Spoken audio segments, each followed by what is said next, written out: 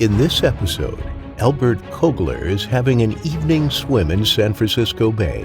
Suddenly, he is attacked by a shark as his girlfriend drags him to shore and the Coast Guard tries desperately to get to him. Not even his newfound faith can save him. Hit that like button and subscribe.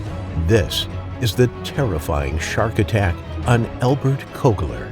Welcome to Final Affliction.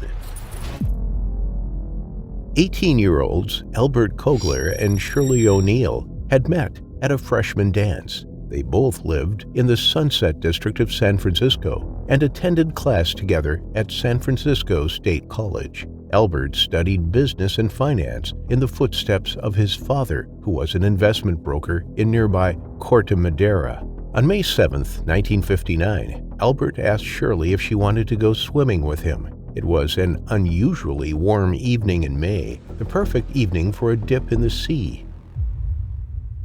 After class, Albert picked Shirley up in his convertible and drove to the seaside. They headed down to Baker Beach, next to the impressive Golden Gate Bridge, at about 5 p.m. Albert spread out a blanket on the ground, and they both lay there, sunning themselves for a while. Albert asked Shirley about her faith as he noticed a gold cross hanging from a chain around her neck. She told him she was a Catholic. She had attended Mercy, an all-girls Catholic school. Albert didn't follow any particular religion, but he was open-minded and curious about life after death. After 15 minutes or so, the couple entered the water. It was a chilly 14 degrees Celsius or 57 Fahrenheit.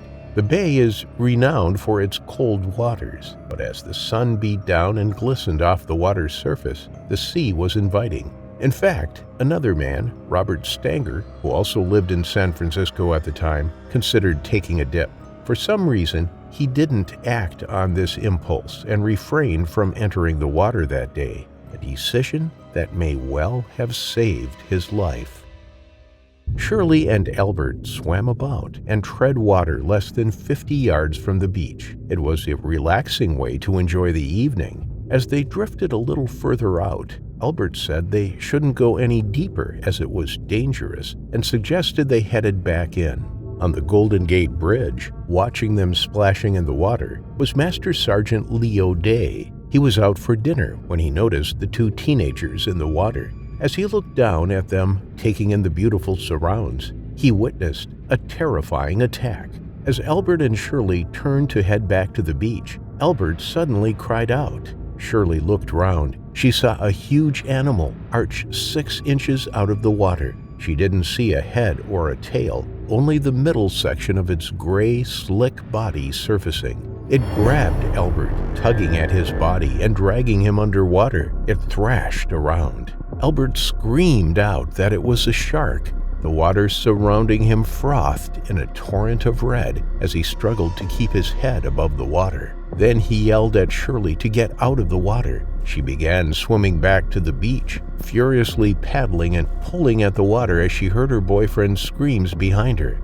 Then she hesitated. She couldn't just leave Albert there. She looked back at him. He was still scrabbling about. Shirley knew he must have been badly injured because he was a strong swimmer, but wasn't making any progress through the water. He cried out for help as he tried to make his way to shore. He was losing a lot of blood. The shark didn't seem to be attacking him anymore. It had taken one ferocious bite and then left.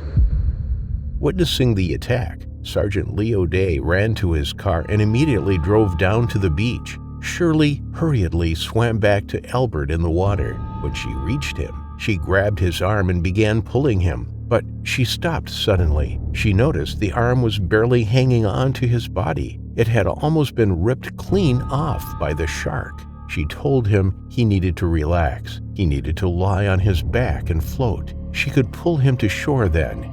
Albert listened. The pain must have been unbearable, but he was able to lie still whilst Shirley readjusted her grip.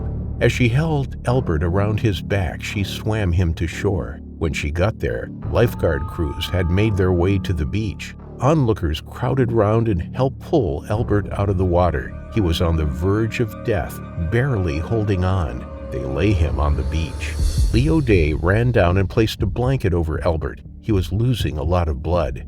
The Coast Guard truck was having difficulty getting to the beach. The terrain was rough. It took them 40 minutes before they managed to reach Albert. During that time, Shirley stayed with him. She knelt by his side. He was struggling to breathe.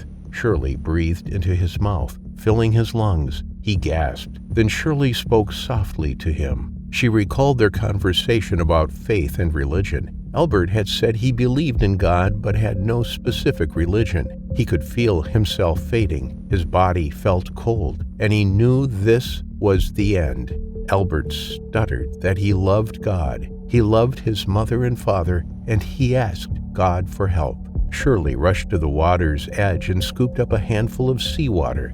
When she reached Albert's side again, she gently trickled the water over his forehead as she clutched her golden cross. She baptized him then and there. She asked Albert if that was all right. He nodded, barely moving his head. He kept his eyes focused on Shirley. She slowly recited the act of contrition as her cross hung around her neck, gently swaying inches from Albert's face. He repeated the words until they had finished. When he stopped speaking, Albert quietly closed his eyes and was still. Those were the last words he ever spoke.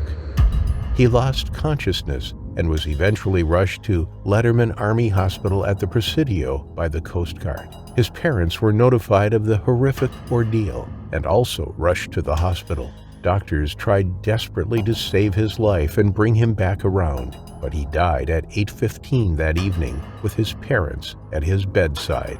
Shirley was also taken to the hospital and treated for shock. From her bedside, she told reporters what had happened. She wept as she retold her tale. It was a sad and tragic incident.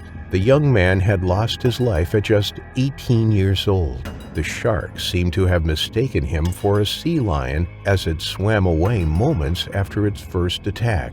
It did not intend on eating Albert, but its mistaken bite had cost the youngster his life.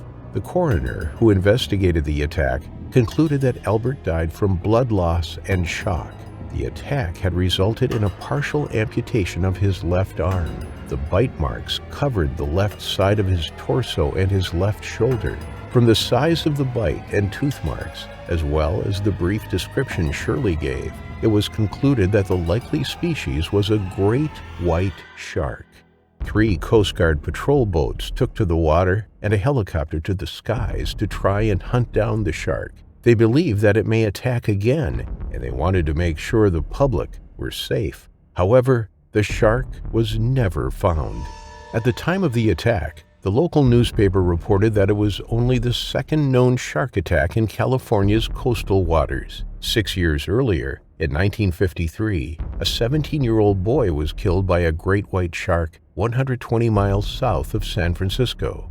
Sergeant Day said that Shirley's actions were the bravest act of courage he had ever seen or was ever likely to see. In July that year, Shirley received national attention for her bravery.